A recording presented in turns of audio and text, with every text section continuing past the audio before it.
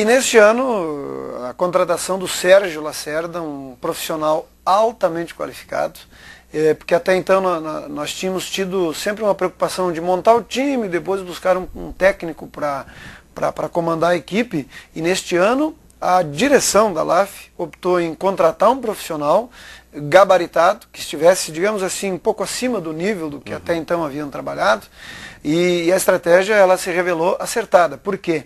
Porque ele conseguiu fazer com que um time montado a partir de jovens talentos que ele conhecia, mesclados com alguns mais experientes, que permaneceram do grupo do ano passado, ele conseguiu fazer, com a experiência que ele tem, esse grupo render muito. Sim. Que no começo havia uma desconfiança sobre o que essa garotada, essa gurizada poderia render. Mas essa conjugação de experiência com juventude, a experiência do Tatão, do Giba, do Henrique, que permaneceu, que aliás esse ano está jogando muito no ano passado. Futebol, futsal, muito, assim, em de função primeira. das lesões, né? Frustrou muito, esse ano está ele está justificando plenamente. Está atingindo, eu acho, o auge, né? Sem dúvida nenhuma. E essa gurizada que está chegando, o Poleto, que não era aproveitado aí na Cortiana, o Jeverton, que é um menino que cresce a cada jogo, né? São indicações o Vitor, que vem de fora, também já era conhecido do Sérgio. Essa estratégia se revelou, quer dizer, ela se revelou acertada porque é um profissional que conhece o que faz. E ele consegue exatamente tirar dessa gurizada um rendimento, está atingindo quase a perfeição. Que não é todo dia que você vence a CBF. Se você tem capacidade para isso, significa que você atingiu um estágio, um nível extremamente qualificado de rendimento dentro de quadro. Mas hoje vocês não têm aquela preocupação de usar jogadores da casa ou da região. Exatamente. Nem dá também, talvez. Dá. Não? Não é que não dá. Hoje, né, que é o nosso jogador da casa, hoje ele tem iniciado destaque, todas né? as partidas. Destaque. É um destaque nosso. O problema maior não é utilizar jogador daqui ou não utilizar. A questão toda é profissionalizar ou não.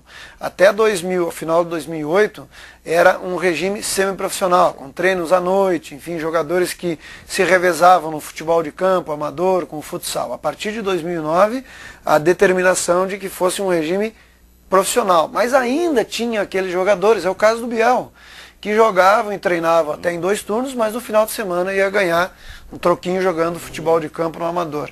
Acabou esse ano. A dedicação ela é exclusiva ao futsal, ou seja, o regime é profissional.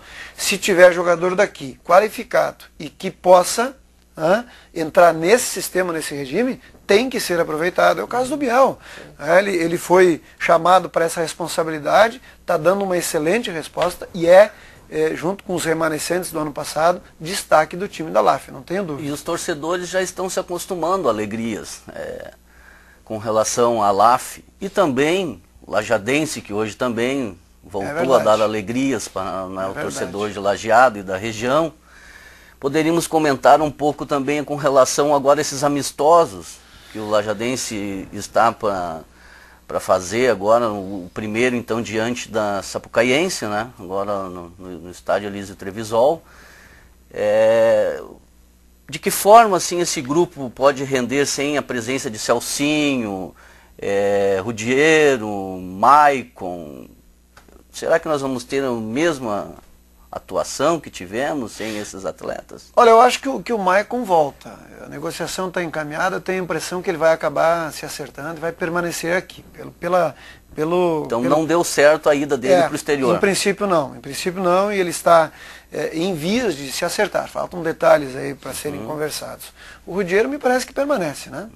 O Bergamin o Bergamin é que não fica, né? Bergamin, isso. Embora o Lajadense ainda tente, junto ao Ipiranga, a sua manutenção.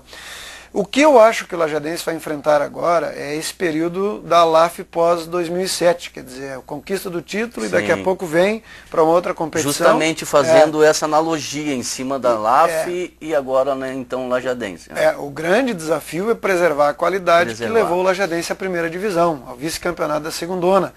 O Benhur tem uma tarefa muito complicada, o grupo de jogadores, principalmente os que permaneceram também, quem está vindo não tem tanto essa responsabilidade, mas os que permaneceram vão ter aquela dificuldade de justificar um eventual insucesso agora, nesse segundo semestre aí, depois de um primeiro semestre vitorioso. Esse é o grande desafio. O Benhur, o técnico contratado, é extremamente qualificado, é um sujeito talentoso, que mostra principalmente sensibilidade para lidar com situações como essa, pelo menos foi o que ele mostrou no Cruzeiro. O grupo do Lajadense tem a grande vantagem de dar sequência, novamente dar sequência ao trabalho, foi o segredo do sucesso no primeiro semestre. O Alexandre Bindé, que é o substituto, porque a grande preocupação no momento é o Celcinho, né? Saiu e tem um... Não, saiu e pensa que não volta mais. Mas o nosso programa vai dar um break aqui, já volto com o Auri e Gasparotto falando sobre Lajadense. Até mais.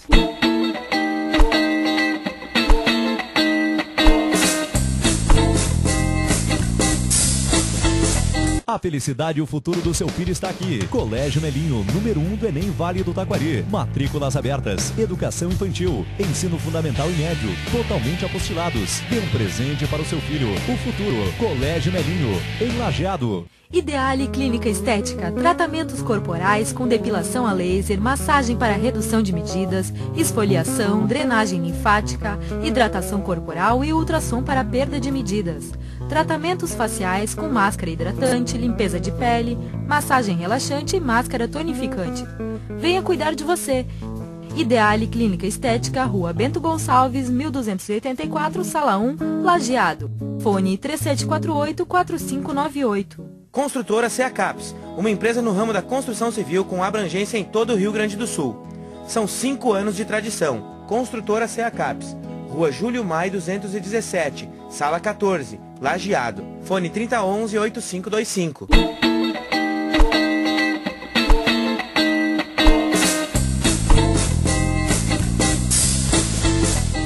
Voltando, pessoal, com alegria aqui, depois do café a gente fica muito alegre, com certeza, com o encontro com o esporte. Gasparotto, um minutinho para vocês dois falar sobre o Lajadense. Nós estávamos terminando o bloco falando sobre o Lajadense, né, da expectativa com relação ao plantel, ao técnico Benhur Pereira, que está iniciando as atividades, e com relação aos amistosos, né, que estão para acontecer.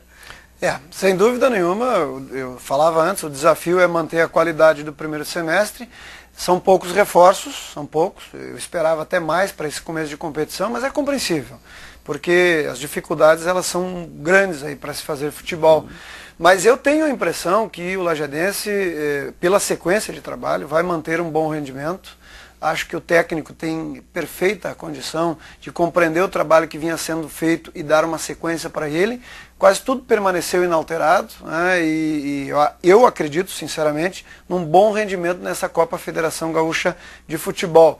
Pena que a gente não vai perceber durante a competição os reforços que no ano que vem estarão vestindo a camisa do Alviazul no Campeonato Gaúcho da Primeira Divisão. Porque aí sim, aí a gente poderia apostar tranquilamente em sucesso também no Gaúcho. Falando em reforços, né, Auri, talvez a gente não tenha ainda um número mais expressivo de reforços, porque a direção ela está optando em trazer jogadores que disputem a Copa RS e fiquem também para o Gaúchão de 2011, sem dúvida, no ano do nosso centenário. Mas o problema também é a questão financeira, né? Questão não dá financeira. Se atirar e fazer uma competição. Nós temos um orçamento. Vocês conhecem futebol, eles não vão soltar tudo, não. Os Jovas sabem disso, vocês vão deixar muita coisa para o ano que vem. Tá? Mas vamos colaborar sim com o Lajadense. Eu não sei se falando Libertadores ou campeonato... Mas vamos Libertadores aí, que teve um cara aqui pelo Grupo Independente, fala 30 segundos aí, faz o teu comercial, que esteve no Beira-Rio e viu aquela vitória maiúscula de 1-0. É verdade, a gente esteve lá fazendo a cobertura pela Rádio Independente e fomos testemunhas de um grande jogo de futebol, um verdadeiro espetáculo de dois grandes clubes do futebol brasileiro e mundial. Internacional e São Paulo estão aí no topo dos grandes clubes aí do futebol mundial, sem dúvida nenhuma. Não é de graça que o São Paulo é 3 vezes campeão do mundo e o Internacional uma vez, né? São 4 Libertadores também dos dois. Então o jogo foi digno da grandeza dos dois clubes. O São Paulo ficou devendo. São Paulo ficou devendo. Acho que pelo time que tem e pela história e a tradição, deveria ter jogado mais. O Celso Roth, no fim do jogo, na entrevista coletiva, até ficou chateado com os repórteres que falavam e que perguntavam sobre o fraco rendimento do São Paulo. Ele tinha outra leitura. Disse que o Internacional é que não deixou o São Paulo jogar. Isto é parcialmente verdadeiro. Eu acho que o Celso Roth está correto. Parcialmente. Se o São Paulo quisesse eu tivesse uma outra disposição, poderia ter jogado mais sim. Mas é bem verdade, o Inter vive um grande momento, o Internacional está pronto para superar o São Paulo, só vai perder a vaga lá em São Paulo se jogar muito menos do que jogou aqui, ou se o São Paulo fizer uma partida de exceção ou coisa parecida. Do contrário, o Inter tem sim o domínio do confronto, porque esse time do São Paulo, aí, pelo que mostrou aqui, tem algumas dificuldades muito sérias no time, principalmente ofensivas. Isso aí é bom para o Internacional. Se vocês escutaram o que o goleiro Rogério falou, tem problemas. Tem problemas, internos, sim. lá no São Paulo. Não, tem a começar pelo técnico. A torcida não suporta mais, a direção sustenta o profissional e não explica por quê. Está na corda bamba, como é o caso do Silas. E agora o recado do presidente, de novo, olha, vai ser mantido até quinta-feira.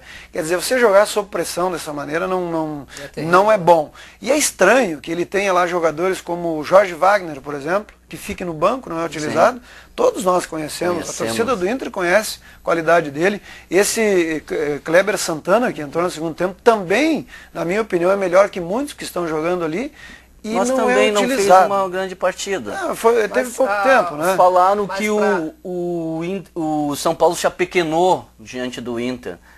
Falaram do posicionamento do Hernanes dentro da partida. Mas o Hernanes ele foi muito bem marcado por Guinhazu. Toda vez que ele tentava alguma coisa, o Guinhazu caía em cima e Internacional abafou São Paulo. Tirou espaços, isso não tenha dúvida. Agora, pela qualidade dos jogadores, do elenco que São Paulo tem, poderia ter feito mais. Ofensivamente, principalmente.